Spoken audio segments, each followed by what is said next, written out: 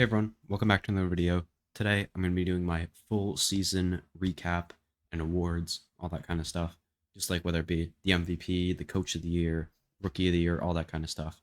I'm going to go through a bunch of that kind of stuff today. And then after this video, tomorrow I'm going to be finishing up like all of my 2023 content, I guess, about this season. I'm going to be going back and like recapping some of my best and some of my worst takes from this season. So if you're interested in that, make sure to subscribe, hit the notification. I don't know if I mentioned it already, but like the video if you enjoy.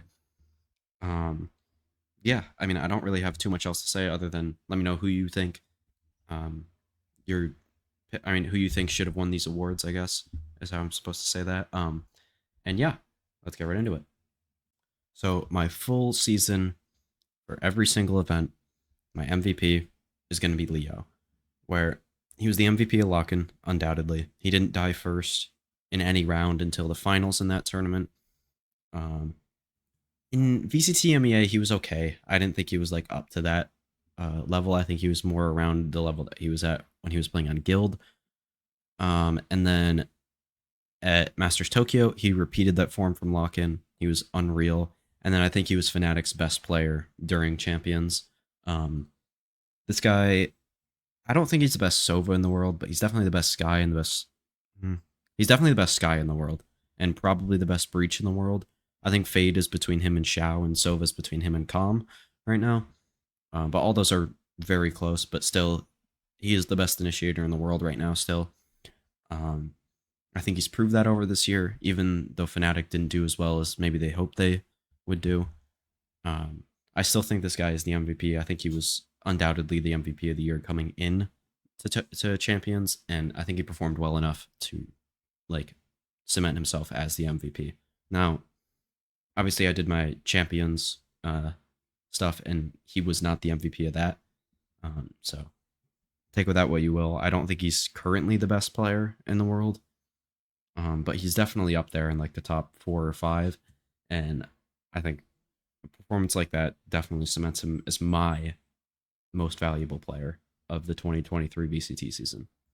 And then we just talked about him in the last segment, but my breakout player of the year or most improved player, whatever the hell you want to call it, is Calm, who started off the year playing okay at lock-in, like nothing crazy. And then coming into the beginning of the VCT America season, he was probably the worst initiator in the whole league. It was very close between him and some of the other bottom guys. I don't really remember who was performing super bad back then. But point is, he was one of the worst initiators in franchising, while EG was probably one of the worst teams in franchising at that time. But as they've grown as a team, he has just gotten better and better. He was okay during Tokyo. I don't think he was bad. I don't think he was great. I think he was just serviceable during that time. Their playoff run, he was closer to his champions form. I think he was like somewhere in between where he played at Champs and at Tokyo during playoffs. I forgot that even existed. But yeah, Tokyo, he was serviceable as an international initiator, but nothing crazy. And I had him as my breakout player for Champions, and I have him as my breakout player for the year. That might be a little bit of recency bias.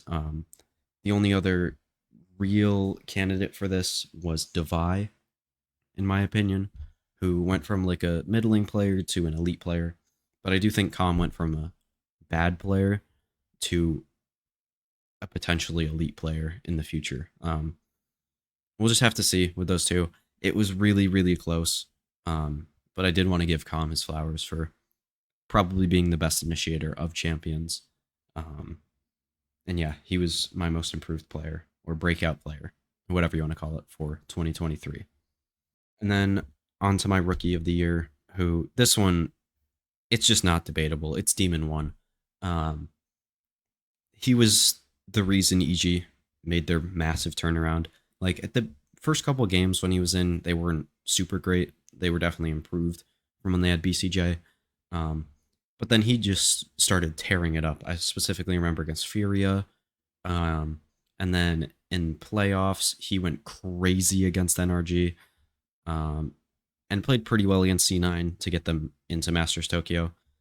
Um, and then at Tokyo, he wasn't all that good. I mean, he was playing a lot of Brimstone at that event, like because they played Fracture pretty much every game except their first game, and then against Fnatic both time or the last time, which is kind of crazy. I mean, that teams kept giving them Fracture, but doesn't really matter. And then they would just 2-0 teams all the time, which was just absurd.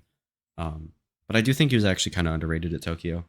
And then I rated him as my fourth best player going into Champions. Everybody's like, wow, he's so overrated. He didn't have that good of stats at Tokyo, even though he, like, the rounds that he had big splash rounds where he made a lot of impact. And then he didn't really have bad rounds. It's just he didn't do much in those rounds. Like, he didn't have too much of a chance, in my opinion.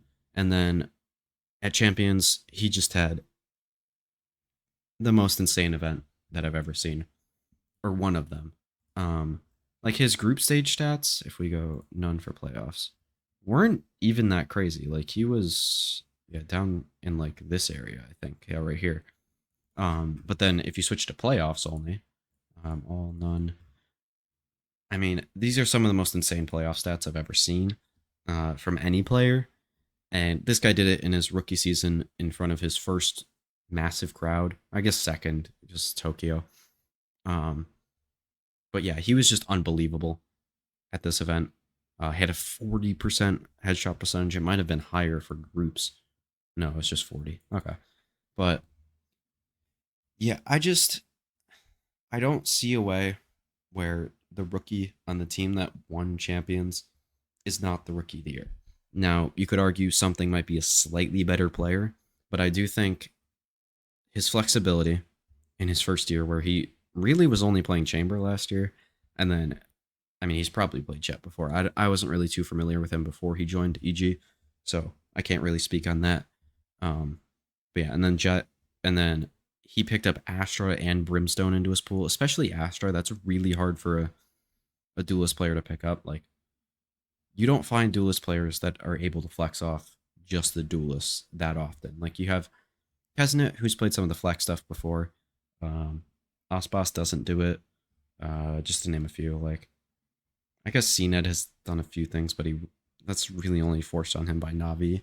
Yeah, in general, I do think Demon 1 has got to be a rookie of the year. Again, something is the only one. Sorry for this. Something is the only one remotely close to him. And I do think he was in that conversation. I just think I'm going to go with the guy that won champions, was the MVP of champions, had Paper X, won that final. I would probably be going with something, but I did not. So if you guys have qualms with that, again, same thing as the like breakout player. I really don't care if you go with something. I'm not going to super argue with you, but personally, my pick is Demon 1.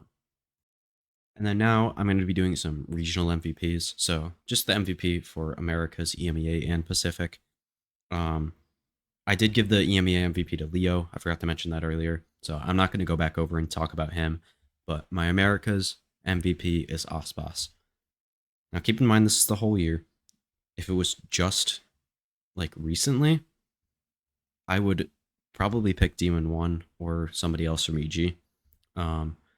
But in terms of like the whole year, I think I got to go with Osbos. He was the best duelist at lock-in, in my opinion. He was the best player in all of VCT Americas. I think if you take both the regular season and playoffs into account, probably.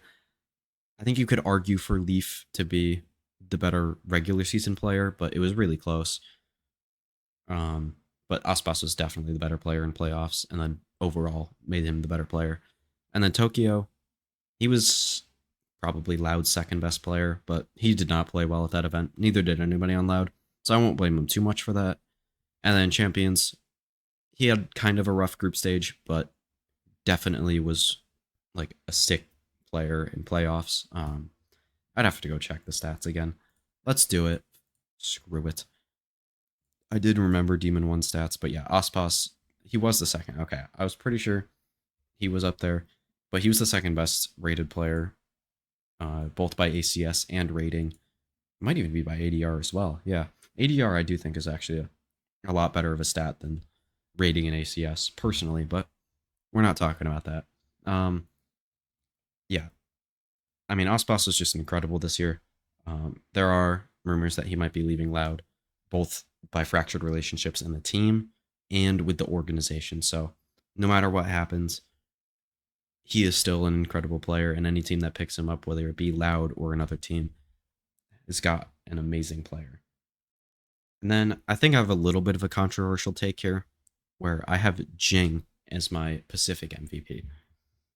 Now, a lot of people would pick something, but if you look at something and I mean, I guess what he did this year, he didn't play at lock in.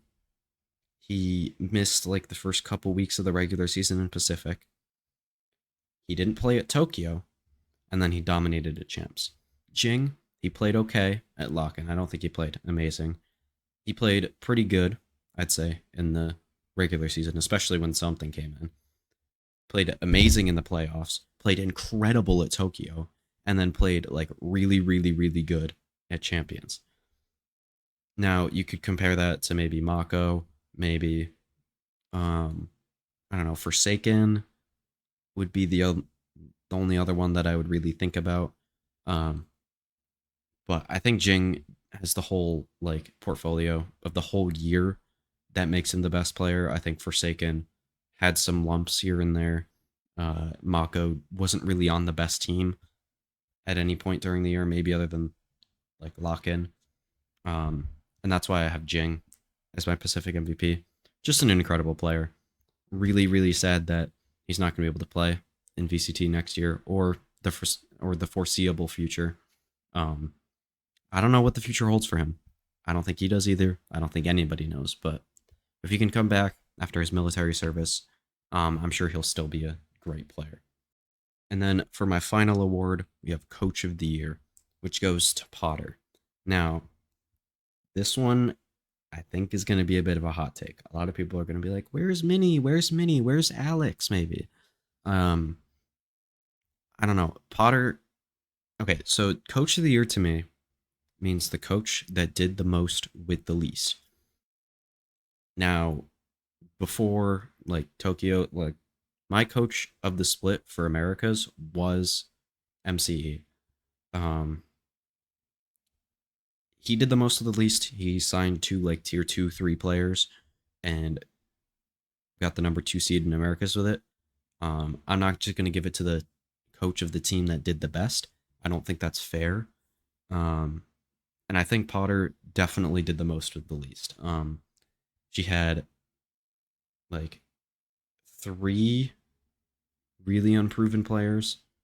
I'd say like in Demon 1, who I mean he obviously was good, but he was unproven. Calm was unproven. He wasn't very good at the beginning of the year, and then he got molded into a lot better of a player. And then who's the other player? Oh my god. Dude, I need to look at their roster again. Holy cow. How did I forget? Um Boostio. Yeah, duh. Or IGL, who I don't think was a very good IGL last year, and has now turned into one of the best IGLs in the game. Obviously, Ethan and Jogamo were fairly proven before, and I do think they kind of deserved a spot in franchising. Ethan less so at the beginning of the year. I do think he also improved a lot, which is a very big theme with this roster, which coaching definitely helps. Improving the roster. And now, again, she didn't win 2 championships like many. She didn't win her league like Alex did. Um, but I just think the juggernaut she has built by developing this roster definitely deserves Coach of the Year. And I know it kind of contradicts the stuff that I said earlier about a whole year kind of thing, but I think Potter has to be my pick for Coach of the Year, just with how much she did with the least out of any of these top coaches. All right, so that's it for the video. Let me guys know what you thought of my awards in the comments below. Let me know who you would pick for every one of these awards. And yeah, if you enjoyed, like, subscribe, all that kind of stuff. Turn on notifications. Stay tuned for future content, whether it be me reviewing all my takes from the season, good or bad, and then my rebuilds. I'm also going to be doing a deep dive series into every franchise team, not the Chinese teams because I don't know as much about them yet. I will probably be doing a little bit of like thought review and stuff. I probably won't be able to cover them during the season just because covering three leagues was almost too much. And now trying to cover a fourth while also going to college for the first year is just going to be too much for me. So I will cover the Chinese teams when they make it to the international events, but I'm not going to be watching them like throughout the season. So sorry if you don't like that, but I just can't do it. But yeah, if you guys enjoyed, like, subscribe, as I said before. And yeah, I'll see you in the next one. Peace.